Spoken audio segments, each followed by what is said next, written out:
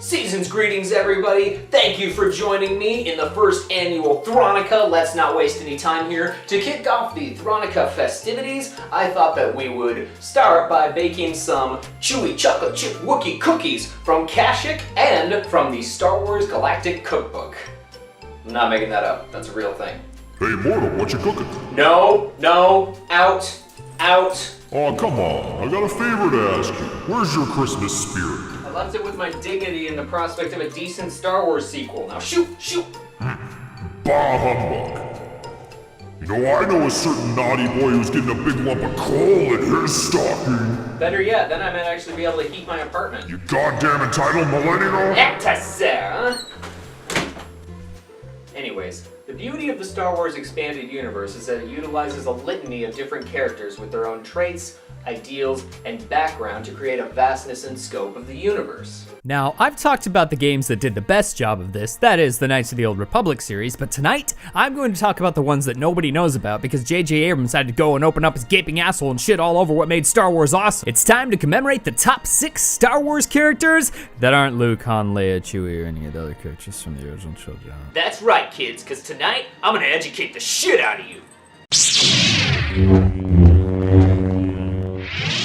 Exhibit A in my 12-step suite on why the Star Wars Expanded Universe is awesome and should totally be re-implemented into our everyday lives. Part 1, admitting we are powerless over Disney and that the franchise has become unmanageable. Or, better known by the acronym, WUS.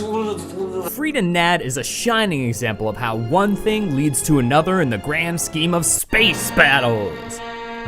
Star Wars! Frida Nad was a dark Jedi who had his dick in the proverbial vagina of just about everything in the Old Republic, beginning with fucking the Queen of Onderon. Oh, what? That's not how it happened? Oh, you're just gonna reclassify everything into C canon now? To make a long story short, Frida Nad traveled the unknown regions in search of the ancient Sith, but after not finding them, went to Yavin 4 in search of Nagasato's tomb.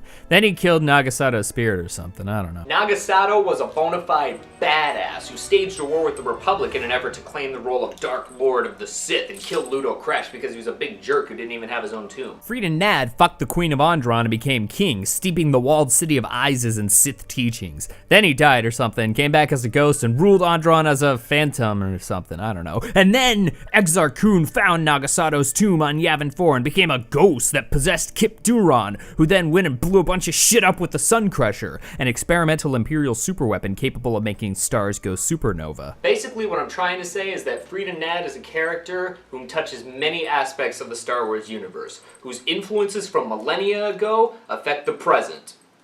The Star Wars present. Guitar solo!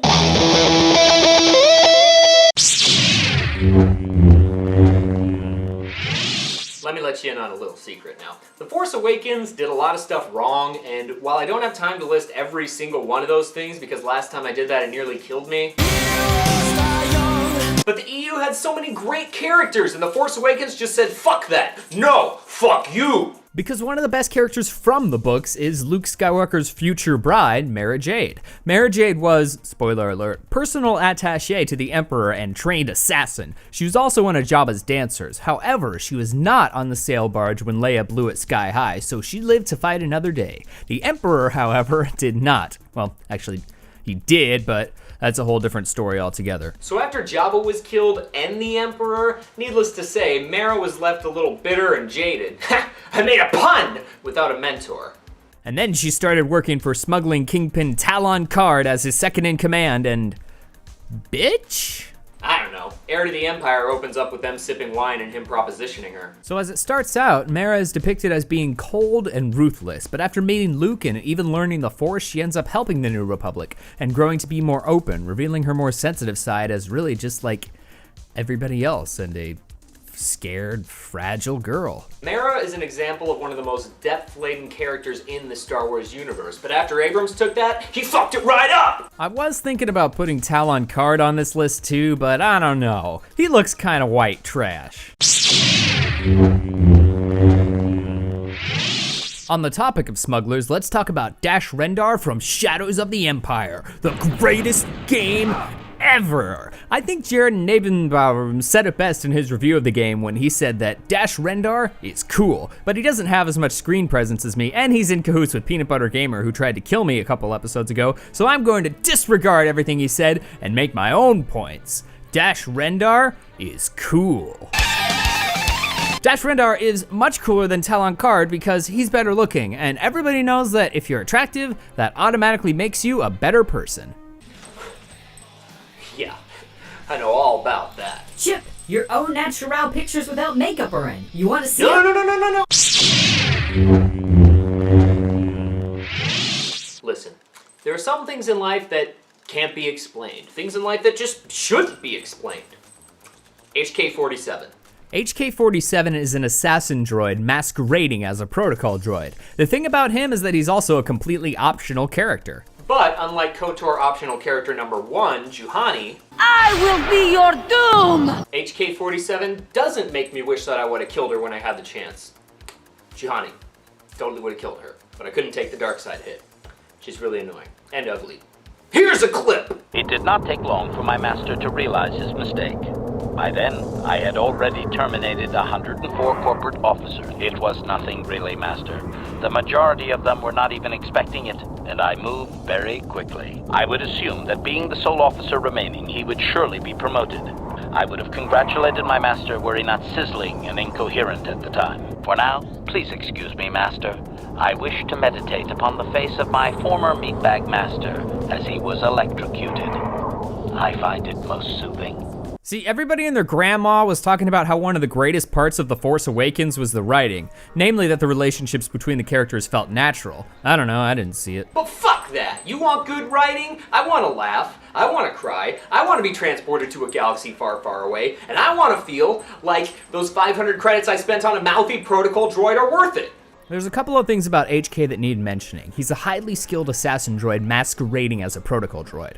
Oh my god, I already said that one! So, like C-3PO, he's fluent in over 6 million forms of communication. It might actually be a few less on account of that KOTOR takes place 4,000 some odd years before the original trilogy, but the take home for that is that he can speak the Sand People's native language. Tuscan, I think? Step 1, find berth in Anchorhead Spaceport. Step 2, use the Jedi mind trick to avoid paying the docking fees. Step 3, get a job murdering sand people for Zerka. Step 4, go to the droid shop. Step 5, threaten and or persuade the shop owner to give the droid to you for free or at a discount, respectively. That means the order that I said it in. Step 6, strip the corpses of the sand people whom you've killed to don their robes, effectively disrespecting the Tuscan culture in nearly every aspect imaginable. Step 7, use HK-47's translation skills to infiltrate the Sand People Enclave and negotiate a peaceful resolution to Zerka's mining. Step 8, murder all of them anyways.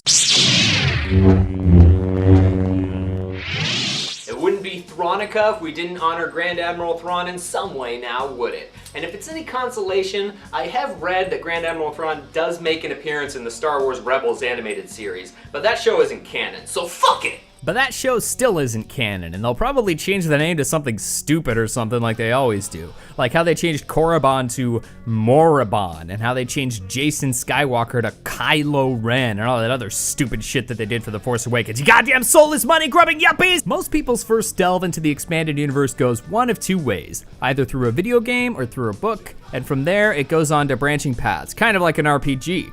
Like KOTOR, which you should all play instead of watching anything Star Wars related after 2012. My introduction to the Star Wars expanded universe began coincidentally around Christmas when my cousin gifted me both the Jedi Academy trilogy and what's now referred to as the Thrawn trilogy of Star Wars books. And not knowing the official timeline, I started out with Jedi Search, and it was fucking awesome!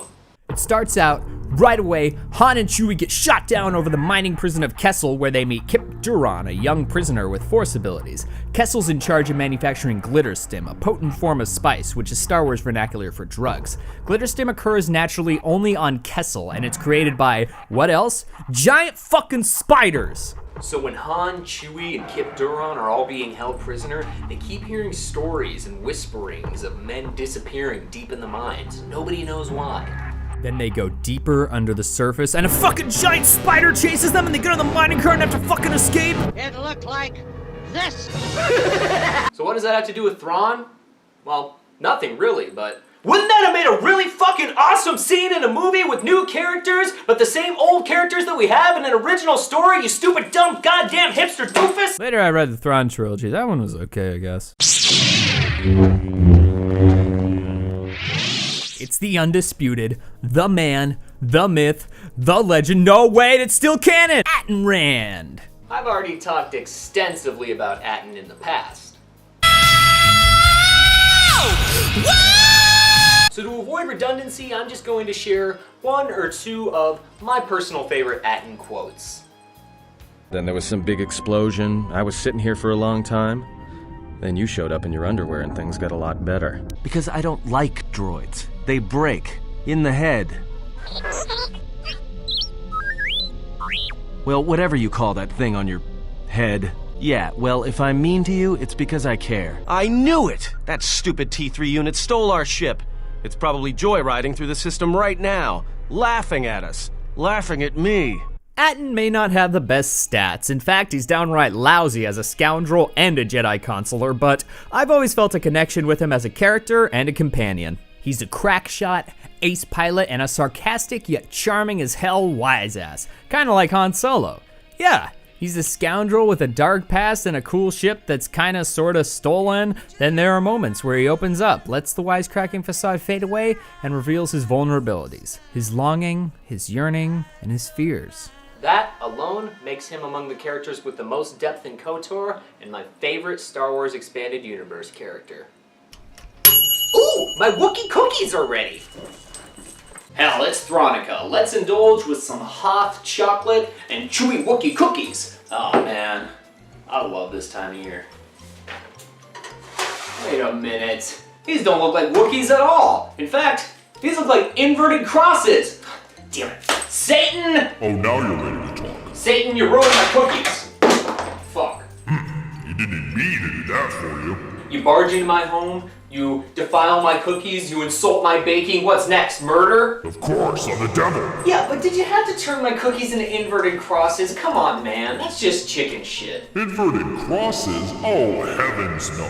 I made them normal crosses. You just took them out backwards, see? Oh yeah, I get it now. I'm sorry I yelled at you earlier, Satan. What was that favor that you needed? I need to borrow your car. Be sure to gas it up before you come back. Where are you going? The 7th layer of hell! Oh, that's nice. My mom was born in Fresno. Later, mortal. Drive safe. Well, thanks for watching, everybody. I hope you have a good Veronica. Don't forget to subscribe. Fucking neighbors, out. Hello everyone, Merry Christmas, Happy Hanukkah, Happy Kwanzaa, Happy whatever you celebrate, and Happy Veronica. Thank you for watching this video. I hope you enjoyed it. I sure as hell enjoyed making it. Be sure to comment, like, subscribe, and share on all of your social media. It really helps me out when you do so. In the meantime, I'm gonna play me some guitar. I wrote that one.